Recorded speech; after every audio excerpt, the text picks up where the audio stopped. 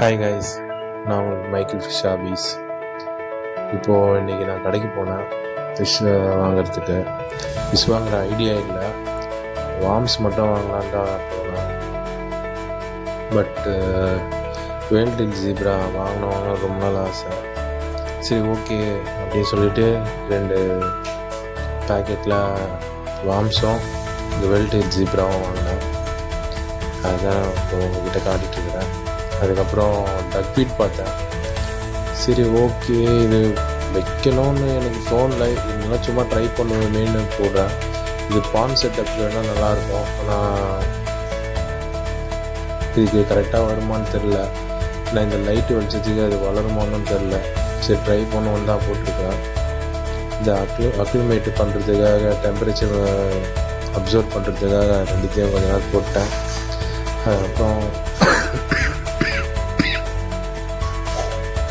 நான் கொஞ்ச நேரம் கழித்து அவங்கள ரிலீஸ் பண்ணிட்டேன்.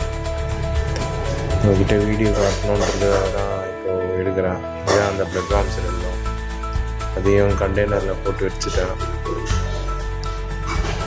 அதுக்கப்புறம் இது நம்மளோடது இன்னும் குட்டி போடல. நானும் ரொம்ப நாளாக பார்த்துட்ருக்குறேன், குட்டியே போடல. அப்புறம் நம்மளோட கப்பீஸ் இருக்குது, குட்டி கப்பீஸு. நம்ம பழைய வீடியோவில் பார்த்துருக்கீங்க, ஒரு 65 கிட்ட இருந்துச்சு ப்ரைஸு. பாதி பள்ளி சாப்பிடுச்சு. சரி தனியாக விட்டு பார்த்தேன், இது 2 மட்டும் தான் தனியாக விட்டு இதில் இருக்குது.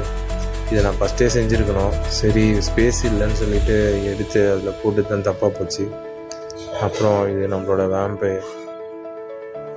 வேம்பயர் மாதிரியே இருக்கும், ரங்கநாயகி. நம்மளோட ரங்கநாயகி தான், ப்ரீடிங் ஸ்டேஜில் தான் இருக்கிறாங்க. இவங்களையும் ப்ரீடிங் போடலாம், கூடி சீக்கிரம் போட்டுருவேன். இது சும்மா சன்லைட்டில் வச்சு பார்த்தா எந்த க்ரோத் இருக்குதுன்னு பார்க்குறதுக்காக தான் நான் வச்சுருக்கேன். அதுக்கப்புறம் வேல்டெயில் ஜீப்ராவை போட்டேன், அதில் ரிலீஸ் பண்ணிட்டேன். அப்புறம் இந்த செடி பார்த்திங்களா, என்னோடய பழைய வீடியோ பார்த்துட்டிங்கன்னா ஒரே ஒரு சின்ன 2 இலை தான் இருந்திருக்கும். பார்த்திங்களா எவ்வளோ அளவு க்ரோத்தை. அதுவும் நான் பிளானட் டேங்க் லைட்லாம் வைக்கல, சாதாரண எல்இடி பல்பு தான் போட்டு வச்சுருக்கேன்.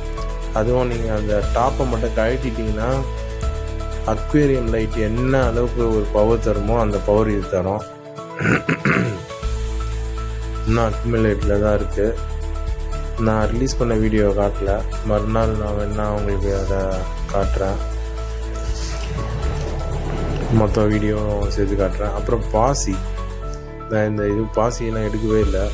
பாசி எந்தளவுக்கு நல்லாயிருக்கும் அந்தளவுக்கு நல்லாயிருக்கும் மீன். ஒவ்வொரு பாசி, அதாவது செடியே முழுங்குற மாதிரி, செடியெல்லாம் ஃபுல்லாக இந்த ஜாம் ஆகிற மாதிரி, ஒரு மாதிரி வளையாக இருக்கிற மாதிரி பாசு, அதாவது இந்த ஏர் ஆல்கேன்னுவாங்க, அது வராத அளவுக்கு பார்த்துக்கோங்க. கண்ணாடி மேலே இருக்கிற பாசி அந்த மாதிரி வந்தால் ஒன்றும் ஆகாது ஃபிஷ்ஷுக்கு. இந்த ஏர் ஆல்கே வந்துச்சுன்னா மட்டும்தான் ரிஸ்க்கு.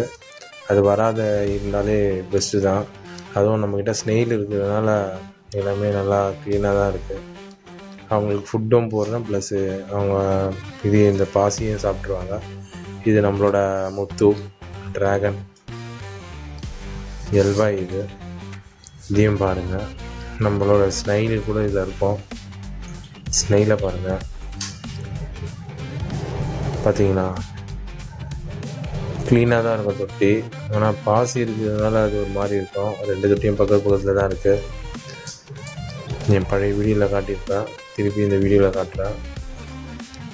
இன்றைக்கி அப்டேட் அவ்வளோதான். சப்ஸ்கிரைப் பண்ணுங்கள், முடிஞ்சதுக்கு ஷேர் பண்ணுங்கள், சப்போர்ட் பண்ணுங்கள்.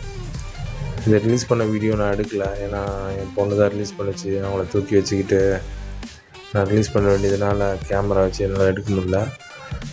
அதனால் நான் நாளைக்கு வீடியோவில் ஜீப்ரா எப்படி இருக்குது, என்ன பண்ணுது அப்படின்னு காட்டுறேன்.